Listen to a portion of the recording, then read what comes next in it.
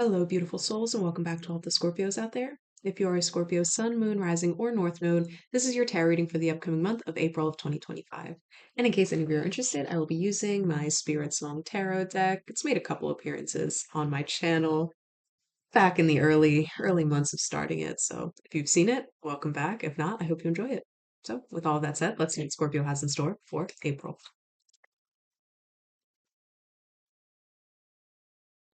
Scorpio, this is a fascinating spread. It's all minor arcana cards. And it's mostly cups and swords with a little sprinkle of pentacles and wands. So the first card to fall out on its own is the Seven of Swords, represented by this beautiful cheetah. And then the next couple shells fell out all together in one, or the next couple cards fell out all together in one. We have the Four of Pentacles reverse, the Five of Swords reverse, and then the Ten of Cups upright. And I almost put my cards down, but I heard a voice say one more, one more. So I did one more shuffle, and we had the Eight of Shells reverse, Eight of Cups reverse, and the Three of Cups reverse. And then those two falling out put the Queen of Wands at the bottom of the deck. So it's fast. And the Nine of Cups reverse is also underneath the Queen of Wands, which feels relevant here because it's almost like you're feeling this strange dichotomy. And this feels a little bit similar to, I think it was Leo, if I remember correctly, maybe Aquarius, but there's this strange dichotomy that you're feeling right now.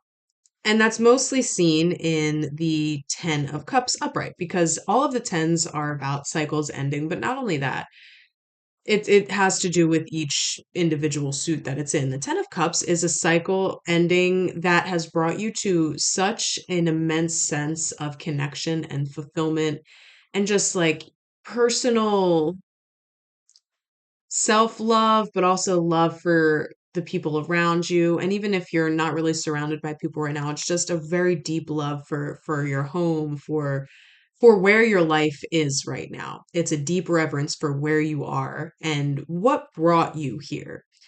Everything that led up to this moment that brought you here, even the hardships. It's being able to look at everything and say, you know what, I am so content with where I am right now.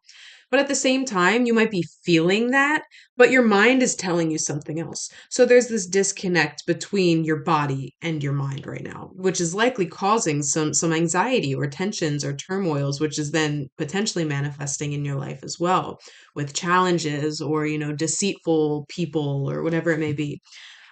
Which again we see with the Seven of Swords, the Seven of Feathers in this deck with the cheetah. The Seven of Swords in the Rider Waite deck, it shows this person like like snickering as he where's that the Five of Swords? Why am I blanking? Pause. I'm pulling out my other deck just to make sure I don't get this wrong because I want to tell you the right symbolism. And luckily I just organized these because I'm missing one of them. This is my Rider Waite deck. Let's get to the swords. 4, 5. Okay, yeah, I was right. I was right. So actually, it's beautiful that I just pulled this out. Um, this is the Seven of Swords in the Rider Waite deck, the original symbolism. So I can just show you instead of explaining it. So he's like sneaking away from this base camp. You can infer that he might be from the other army, like that these people are going to battle from, or he's just a petty thief sneaking into this town to steal the swords. But he decided to leave the two behind because he's tricking himself into thinking he's a noble person for leaving the two behind, even though he's a thief to begin with and stole the seven. So there's like this element of self-deception here. There's this element of self-deception where you are and I think again it's your mind deceiving your body. It's your mind telling, like, it's like these two are at odds against each other. On one hand, you really do feel fulfilled with where you are, but your mind is like, but do you? But do you? And it's like causing this second guessing. And again, we see this with the reversed, all the other cards being reversed as well. The Four of Pentacles, which is actually when Four of Pentacles is reversed, it can be a positive sign, but it could also mean your resources are dwindling. It's either you are learning to let go of holding on so tightly, having a tight grip to the things that you obtain. So maybe you just made your first dollar and you're like, I can't spend anything because I have to save for a rainy day. But actually you lean into buying yourself a nice dinner one day, and then the next day you get a customer that gives you $300 for a commission, and it's more than you've ever thought of getting from one total sale. And so you're like, oh, you see, so spending money actually brings it back to me. On the other side, though, it can be dwindling. And I think with all of this other energy, the Five of Swords reversed, which is, it's weird that the Seven is upright and the Five is reversed because they have a similar vibration. But it's interesting that the Five is reversed because while the Five can also represent deceit, it's focused more on the loss and like the feeling of like it's like I won, but at what cost? So when the Five is reversed, it's a little bit more lighthearted in that sense. But it could be causing, like, there could be feelings of like your mind telling you you need to feel disconnected from your environment, from your people, from your home life. When that's not the case, the Ten of Cups would not come out if there was this sense of disconnect. But you are feeling that internally. You're feeling that internally, which is emphasized by the Three of Cups reversed as well. And the Three of Cups is celebration, it's togetherness. It's very much a card of sisterhood. And so on one hand, but I really think it's in your mind. Like there's some sort of like block or mental something, or maybe like an old fear that's still unconscious and like wants so desperately to be brought to the surface, to be seen and acknowledged and felt and transmuted and released, but there's something here that's just like blocking it. And maybe it's because your mind is so potent and so powerful that your mind is actually what's preventing that unconscious block from coming up. So instead, it's causing all of these problems in your physical life that makes you feel like this 10 of cups energy isn't like what you are allowed to feel. And it's this unconscious block that's causing these delays, that's causing potentially your money dwindling, that's causing these anxieties that, you know, maybe the people you're surrounded with don't actually like you, or maybe you don't actually like them. But in reality, it's all in your head. It's all in your head. And it's even preventing you from moving forward because with the Eight of Cups reversed, the Eight of Cups upright is about somebody that's taking a long pilgrimage away from something that's good for them because they know there's better out there. It's almost like you're not doing anything about the way you're feeling. And again, I think it's less about feeling. It's like you intellectualizing. It's your mind playing tricks on you, which is making you feel these weird feelings, like feeling anxiety and feeling disconnection, feeling all of these things. It's the mind. And you might feel stuck in this place with the Eight of Cups reversed. You might feel like you're stuck and there isn't even better out there for you. So you might as well just learn how to deal with the anxiety and deal with the racing thoughts and deal with your mind being on overdrive all the time. But like that's not the case. That's not the case. And you have a lot of power. Your mind is so powerful. So, and this is exactly the line I used for, I think it was Leo's. Your mind is so powerful. So why would you allow yourself to let your mind be used as a tool wielded against you rather than a tool used in your favor? Rather than something that could help save the day, say like pull you like a ladder. Why would you let your mind be a sword? Interesting that this is the sword suit. Why would you let your mind be a sword stabbing in your head when it can be a ladder that helps you climb out of this like deep pit that you're in, this deep mental pit? Because every time you go on this spiral, imagine yourself in just like in the desert, right? And your mind causing you to overthink this feeling of well-being and a general sense of connectedness. You feel this, but then your mind is like, but like, wait, do you actually feel this? So you just take a walk, like just one circular walk in this dirt. It's imperceivable at first, but the footsteps that you make create like a millimeter divot into the dirt. And then every time you let your mind kind of take over and make you feel anxious and make you second guess everything that truly is yours to claim, yours to feel the goodness on that side. Every single time you do that, you make another circle. And then the millimeters turn into an inch, and then an inch turns into a foot. And then all of a sudden you are like 10 feet down into this dirt hole that you dug yourself because you were so focused on letting your mind like rule. Period. Period. But you don't have to do that. And the second you realize it's your mind, it's you, it's you, it's you, it's you. I'm sorry, Scorpio. You need to hear this. It's you. It's you doing this. It's nobody outside of you that's trying to deceive you. It's nobody outside of you that secretly has a hidden agenda against you. It's your own mind. So the sooner you realize this and the sooner you start to fine tune, and I like that I just used that because it really is about getting your own mind back into the frequency of love, of this 10 of Cups energy, back into the frequency of fulfillment because you deserve to feel that fulfillment. And the only thing stopping you is this self deception.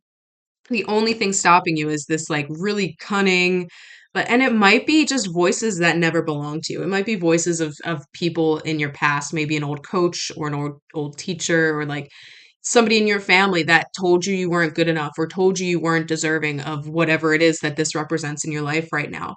And so it's not even your voice in your mind. It's the voices of these other people that just threw their own swords at you, threw their own verbal swords at you as a child when you were most vulnerable, when you were most in need of love. And now that you're an adult, maybe these voices have morphed to sound like your own, but they were never yours to begin with. I have chills. They were never yours to begin with. So start recognizing when you think something. So say you're enjoying this 10 of Cups energy. You're on the beach with, your favorite people in the world, fill in the blank. And then all of a sudden, and you're just enjoying yourself until you hear this voice in the back of your head saying, "What are you doing? These people don't actually like you. You're not deserving of feeling this relaxation. Stop right there. Pull out your journal because you need to carry it everywhere with you, especially as you're working through your own sense of worthiness. Pull out your journal and immediately, I don't care what's going on with people around you, I don't care what you're doing, start writing down. Write down exactly what you heard in your head. That voice that brought up these feelings of anxiety or unworthiness or disconnection. Write that down verbatim and then say, where was the first time I heard this? You'd be surprised how quickly you can dredge it up from your unconscious and pin it back to old Aunt Sally who died because she sucked anyway. Like once you are able to actually acknowledge the thing that's causing the feelings, it will like what's fascinating is you have this feeling of anxiety. You say, where did that come from? And then you remember a thought you had at 12 o'clock today. And then you're like, oh, what was that thought? That thought was me being not worthy of feeling this. Okay. What was the exact thought? It was this line. Where do I remember hearing that? Old Aunt Sally when I was 7 years old and I accidentally spilled like paint on her carpet or something. It's so easy to get to the root. Once you acknowledge the pedal above ground, it's so easy for your psyche, for your unconscious to follow that all the way down to the root. So then you can uproot it and throw it the fuck away because again, it doesn't belong to you. It doesn't belong to you. And the sooner you are able to bring that sense of awareness to the stem, to the thing that you can see. And in this case, it's the feelings, it's the uncomfortable feelings you're feeling, even in the midst of all of this fulfillment. It's those feelings. So what caused that feeling? Oh, it's a thought in my head. What caused the thought? Bring it back to the root and uproot that. And I like that the Queen of Acorns is Wands. I like that the Queen of Wands is on the bottom of the deck because the cards at the bottom of the deck is energy that's available to us, but we might not be consciously aware of it. The moment you start uprooting all of the different aspects, all of the different voices that never belong to you, you're going to be able to tap into well, you can tap into this now. Don't get me wrong, this is still available to you. But Queen of Wands energy is so confident and sure of herself and creative and she finds abundance in the simplest of resources. She finds beauty in the most mundane because she's so tapped into the present moment that everything that unfolds before her is magic. She can look at the leaf sitting in the sunlight directly outside my window and say, wow, the only way this leaf would have been able to even grow is if it felt the raindrops and had the sun and started from seed and everything is magic. And that's what you're going to be able to tap into is this sense of passion and joy for life. But first you have to find the stem and uproot the things that's preventing you from tapping into this abundance, this magic that exists in everything. And then the moment you uproot the first one, and then you uproot the second one, and then the third one, and all of a sudden, before you know it, it's going to happen very quickly. Your garden that used to be just like dead grass and weeds and just like brown, you're going to start uprooting all of those things, and very quickly beautiful, the most beautiful flowers and fruiting trees are going to start growing in your mental garden, and it's going to feel like such a safer place to exist because you had the bravery to face it. And then that's where the magic starts really unfolding without you having to seek it out. It's brilliant. It's brilliant and it's available to you, but it starts with that awareness. It starts with following that string all the way down, as dark and scary as it may seem to go into your unconscious. It's worth it. And it with all shadow work, it seems more scary and daunting than it actually is. Because you're just facing yourself or your old fat Aunt Sally that means nothing. That means nothing. Be honest, she means nothing. So why are you still letting her voice dictate how you feel today? You deserve better than that.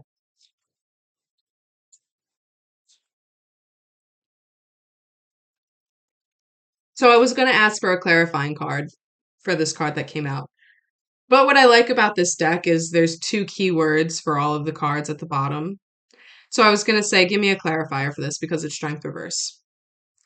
And actually, as I kept shuffling, I realized we don't need a clarifier here because it goes into exactly what I was just saying about it seems more scary and daunting than it actually is once you get there. So even if you feel like you have no courage, oh, and those were the keywords on this one, courage and endurance. Even if you feel like you have no courage, if you are so terrified to face what's within you because you're afraid that the dark is too dark and you're going to get engulfed in it, do it anyway. Face it anyway. Face it anyway, because look who's on the bottom of the deck when I decided to stop shuffling, the High Priestess. Face it anyway, because you are going, not only are you going to become so comfortable in your own shadows and in your own darkness, and not in the way you like, because I know Scorpios, like, they love to exist in the dark, you're so angsty, bleh. And I say that with love. I say that with love because you guys, be so for real. I say that with love, but the physical darkness you exist in, like it doesn't even hold a candle. Well, I guess there is no candle. It doesn't even hold not a candle to the darkness that can exist within you. But what's brilliant is the darkness that you try to like exude outwardly is like a teddy bear compared to what's inside. And I'm not saying that to make you afraid because there is nothing to be afraid of. But it's almost like Jade from Victorious is what you project outwardly, where in reality inside you're Lilith. Inside your I wish had seen this movie more than once. There's like some, I think it's played by Angelina Jolie, this Marvel villain. She's green, I think. Inside that's you. Hella, hella, hella, hella, hella, hella, hella. Inside you're Hella. Where you out on the outside you're Jade from Victorious, where she's just like, man, like man. And I love Jade. Don't get me wrong. I think she's a bad bitch, but you have so much more depth and power to you. And by facing what's inside without feeling like you have the bravery like to do it, you are going to unlock so much inner wisdom, so much sacred divine knowledge about yourself, about your lineage, about life in general. I have chills that you would have otherwise never been able to get your hands on. And then once you do that, that's what's brilliant too. Once you do that, you will actually acknowledge how much power you have within you. And then all of a sudden, those voices in your head are going to feel like fucking gnats. And you're gonna be like, why did I let those control me for so long? And you're going to be unfuckwittable, like unshakable, unshakable after that moment. I am lit up right now, like chills. I don't know if you can see it on the camera. Probably not. Probably not. But I have chills. I have chills.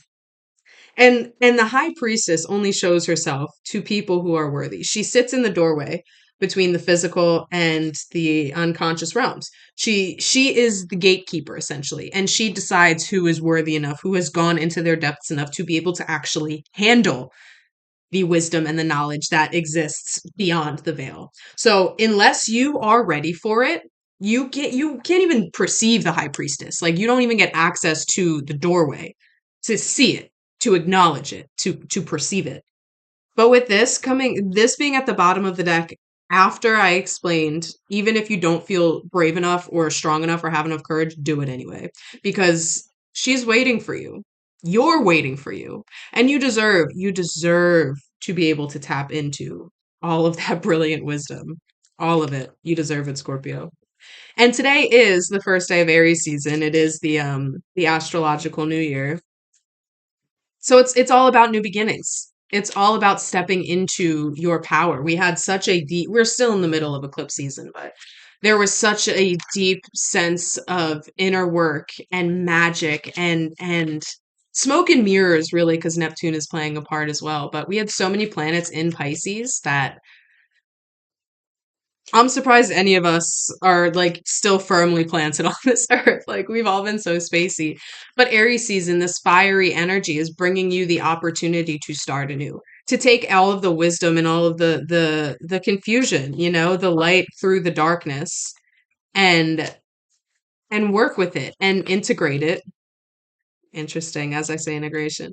Integrate it and use it to your advantage. We have the Page of Swords, and I'm being brought back to earlier when all of the swords cards that came out were about deception and loss and confusion and fogginess and, disconnection.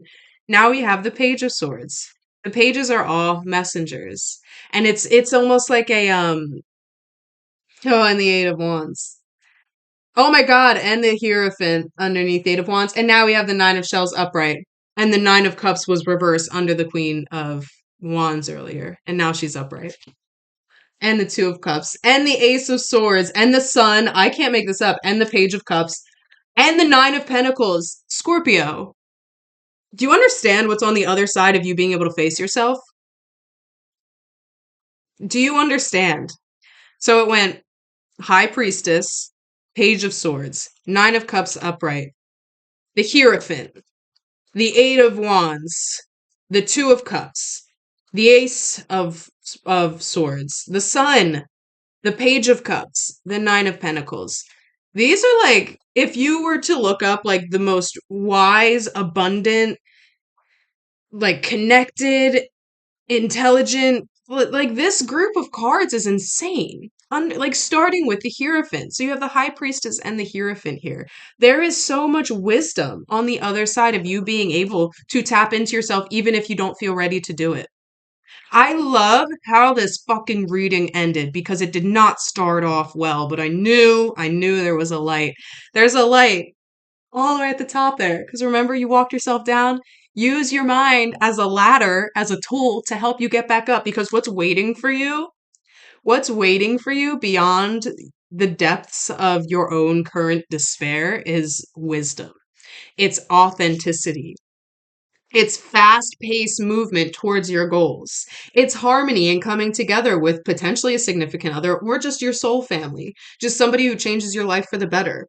The Ace of Swords, new beginnings in terms of like literally this can mean reforming neural pathways in your mind because swords is mental. Ace is new beginnings. The Sun, ultimate vitality, ultimate joy, authenticity, a childlike curiosity for the world around you.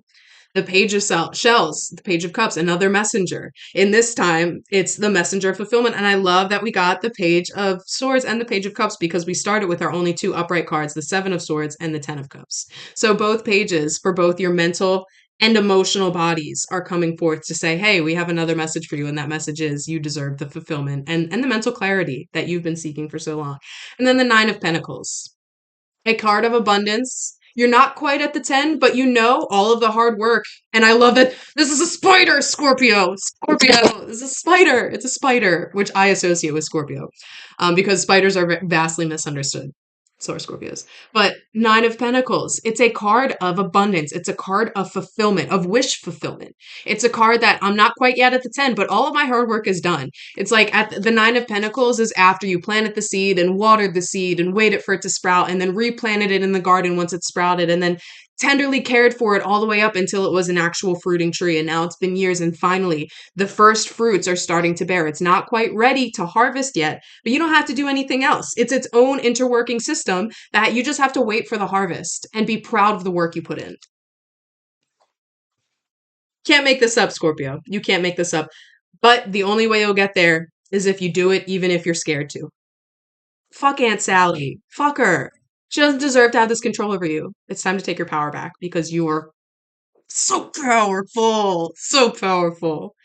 Shoo! Anyway, with all of that said, this was, of course, a general reading, so it's possible not everything resonated.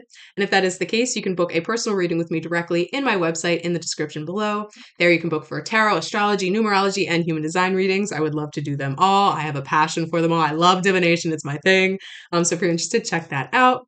If you did like this reading at all, leave me a like and leave me a comment and let me know how it resonated. And of course, we do this every single month for all of the signs. So if you're interested in getting your forecast for the month ahead according to the tarot cards, let me know. Well, actually, don't let me know. Subscribe and then let me know what else you want to see because I'd be happy to share it with you guys. And I'd love to have you guys here in the future, for real. I love Scorpio energy. Some of my favorite people in the world are Scorpio risings. Some of my favorite people in the world are Scorpio suns. And some of my, not necessarily my favorite, but some of the people I revere the most in my life are Scorpio moons. And I think reverence is one of the highest vibrations we can reach here in this existence. You guys are beautiful people and you are so much stronger and so much deeper and so much more wise than you even know right now. So dive in. Dive in. I'm literally so excited to see where this takes you. You deserve every ounce of fulfillment that this brings you. Don't ever forget it.